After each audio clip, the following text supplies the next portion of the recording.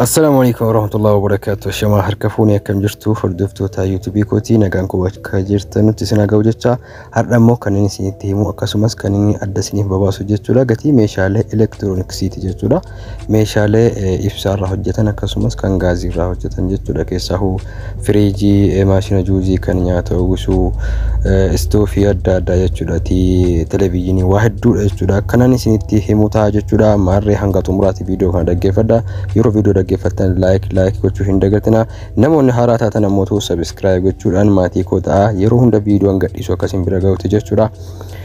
Viidiyoolee barnoota isiniif ta'an hedduutu jiru YouTube koo jala seentanii daawwachuu hin dandeessu gochuu hin dagatina isiniin jira. Amma appilikeeshinii Korojoo jedhamu kana ni buufattu. Erga buufattanii keessa seentu waa hedduutu jira keessaa. Afaan Oromootiin kan inni jiru, afaan Amaariffaatiin jira. Isin yeroo jalqaba yeroo buufattanii filannoo afaan keessanii afaan Oromoo godhattu jechuudha.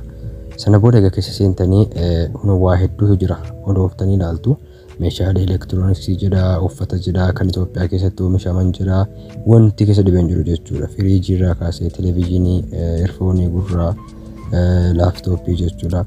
Isa kana gatiin isaa akkuma argaa jirtanu jala jalatti jira. Amma laaptooppiin sun 21 jedhaa jira. Fakkeenyaaf eerfooniin sun ammoo 1500 jedhaa jira jechuudha. Kanaaf gatiin isaa tokkoon jala jira jechuudha. Karaa salphaadhaan utuu nama hin gaafatin appilikeeshinii kana yoo buufattan gatii moobaayilii illee gatii eerfoonii kun akkuma arguu jirtan waan hundayyuu as jala argachuu dandeessu. Kanaaf egaa yoo keessa deemtanii ilaaltan nama fakkeenyaaf kun wanti hundinuu keessa jira. Kaameraan security mana keessa illee jira, kaameraan viidiyoof suuraaf ta'u illee jira. Akkamitti immoo bitachuu dandeenya appilikeeshinii kanarraa kan jettayyuu ta'e dhumarratti kan sitti agarsiisu ta'a jechuudha. Salphaadha innis. Kun akkuma arguu jirtan bilbila jedha, kompiitara, kaameraa, elektirooniksii filannoo keessaa kan barbaadan gootaa fakkeenya bilbila ilaalla.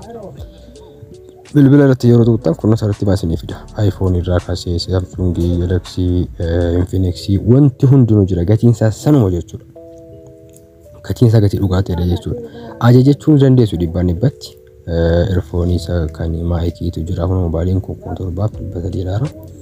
Kanaaf egaa akkuma arguu jirtan kun iPhone kun immoo 67,500 jira. Huawei kun akkasuma 8. Kanaaf aappii kana keessa waan baay'ee barbaachisaa ta'e jira jechuudha.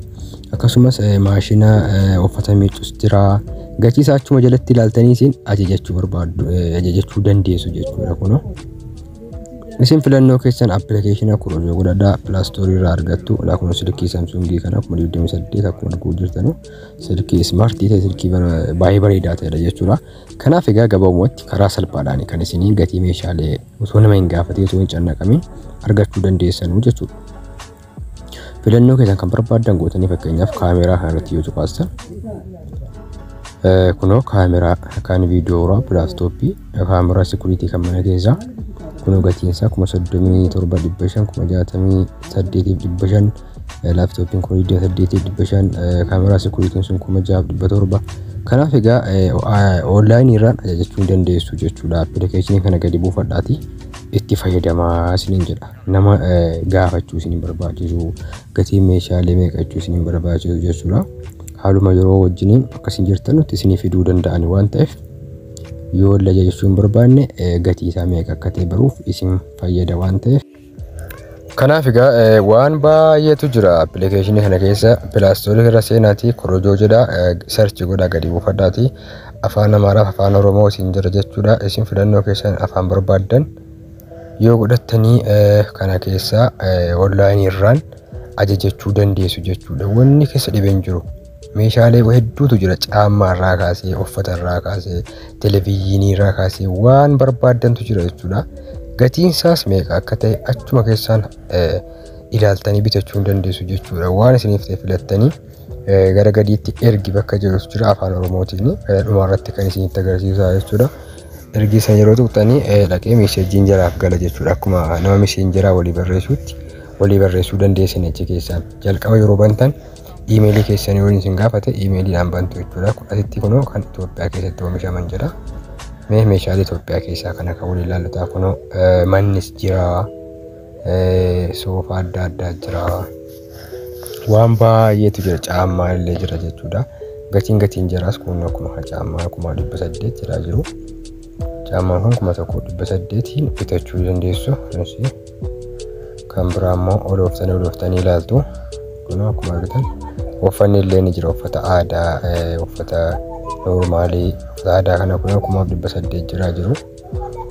Waan baay'eedha wanni kana keessa jiru dhugaa rabbi aappii baay'ee bareedaadha. Kanaaf aappiin kun warra biyya alaa jiru fayyada jechuudha keessattuu. Maaliif biyya alaa teessanii gatii meeshaalee karaa salphaadhaan baruu dandeessu. Zayitiin illee jira kun 645. Kanaaf egaa oomishaalee Itoophiyaa keessaa jira. Kunoo inni kun ammoo kuma meeqa jira jiru 12 jira jiru. Intinaadha maashina istoofii kan gaaziidhaan hojjetu jechuudha. Inni illee kunoo gatiin isaa akkuma arguu jirtan kana.